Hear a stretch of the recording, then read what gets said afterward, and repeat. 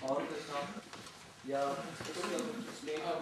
نہیں وہ میں نے تو پہلے کہا نا کہ وہاں پہ تین میں آپ جو مرضی بھر لیں، اس لیے میں نے خود ہی کیا وہ اسلام بھی لکھا ہے، تو وہ آپ اس کو خود ہی ایڈجسٹ کر سکتے ہیں. یہ ایسے نہیں کہ یہ ہے مطلب ایڈجسٹ یور سیلف.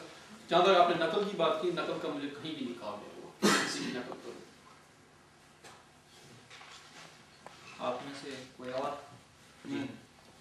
میں یہ کویشچن پوچھنا چاہوں گا کہ ہمیں جو ہے انسان کو پریفرنس دینی چاہیے رول اینڈ ریگولیشنس کو، یعنی کہ انسانیت کو جس کا کنسرن ایموشن سے ہے، اور رول اور ریگولیشن جن کا آپ کنسرن کہہ سکتے ہیں عقل سے.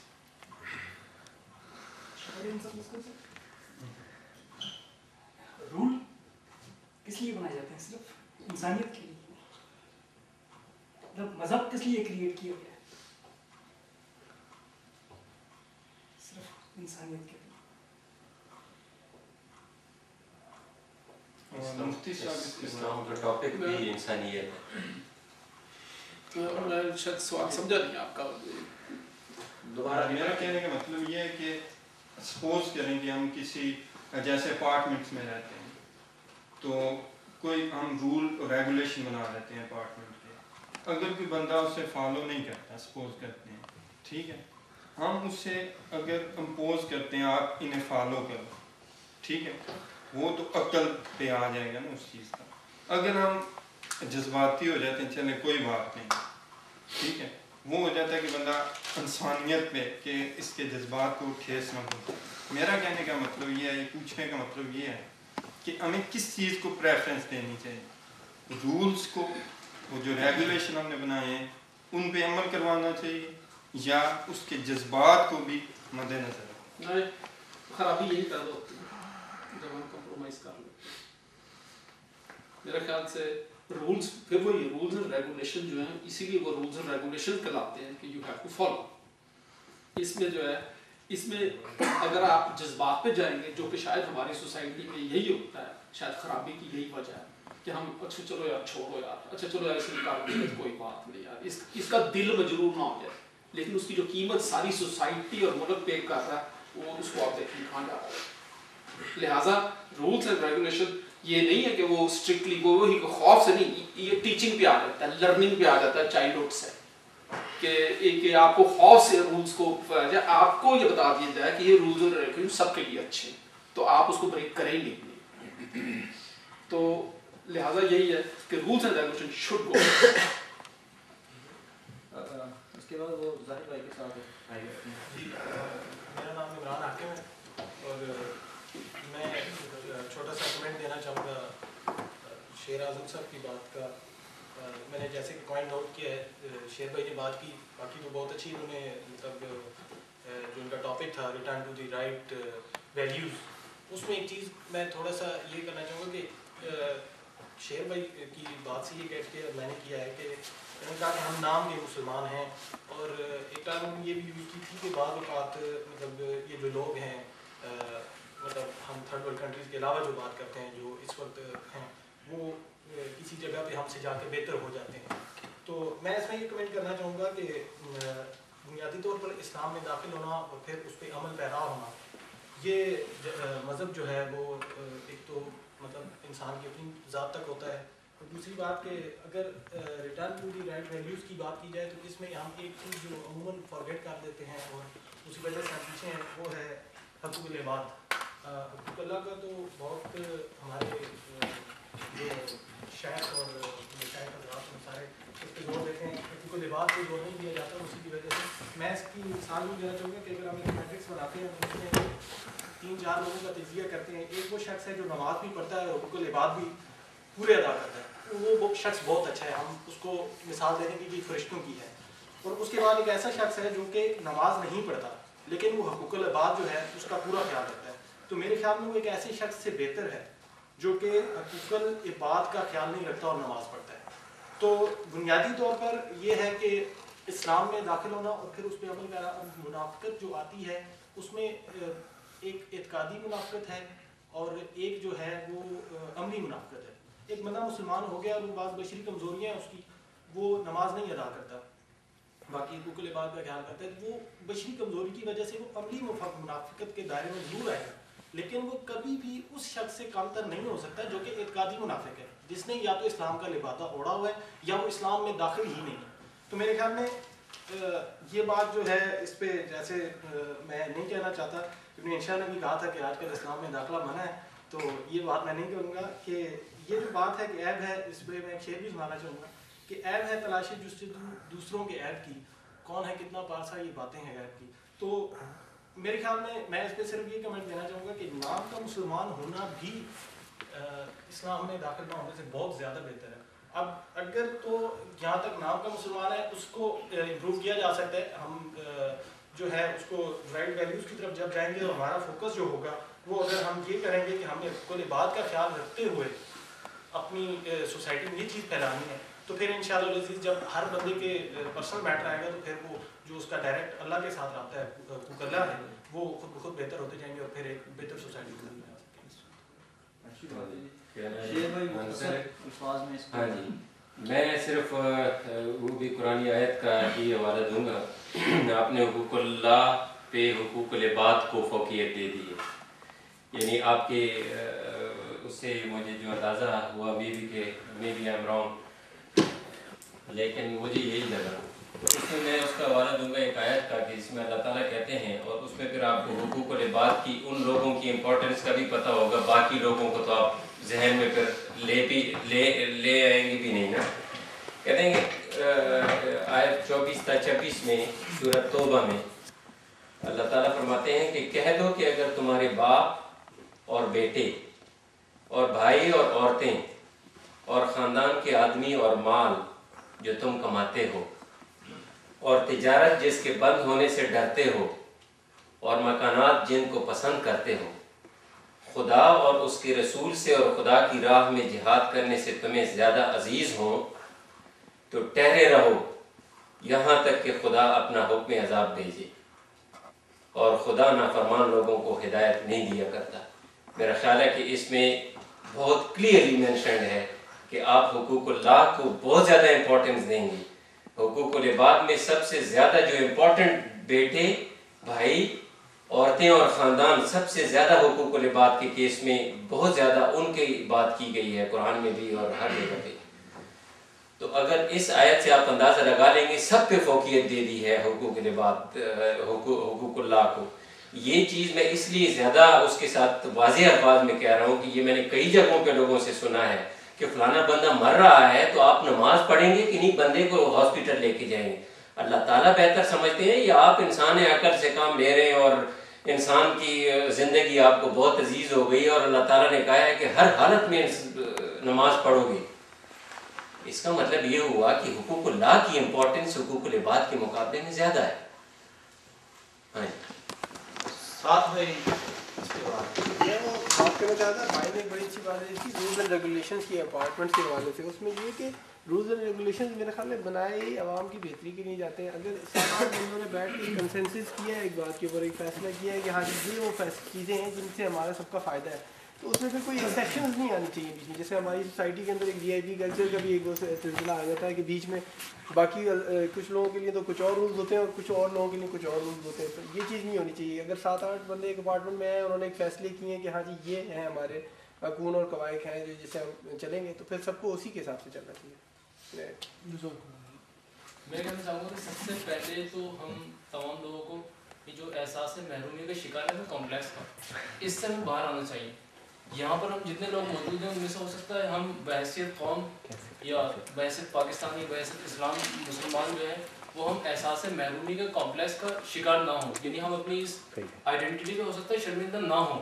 لیکن پرابلم کیا ہوتا ہے کہ جب اس طرح کی ڈسکشن ہو رہی ہوتی ہیں یا عموماً یہ دیکھا گیا کہ جو تقریریں کچھ اس طرح کی ہوتی ہیں کہ ان کو جو شکار نہیں بھی ہے نا احساس محرومی کا، ان کو شکار کر دیا جاتا ہے، عموماً یہ پرابلم یہ ہوتی ہے۔ اچھا، اس میں جس طرح قمر صاحب نے اپنی تقریر میں کہا یا مفتی صاحب نے اپنی تقریر میں کہا کہ جب ہم اسلام کے لحاظ سے اور پاکستانی ہونے کے لحاظ سے ہم اپنے آپ کو ڈیفائن کر رہے ہیں تو ہم ایک اسٹینڈرڈ سیٹ کیوں کر رہے ہیں؟ میں کیوں کہتا ہوں کہ یہ فلاں اسٹوڈنٹ ایسا کرتا ہے تو مجھے بھی بیسکلی ایسا کرنا چاہیے، اس کا مطلب وہ میرے لیے اسٹینڈرڈ نہیں ہے۔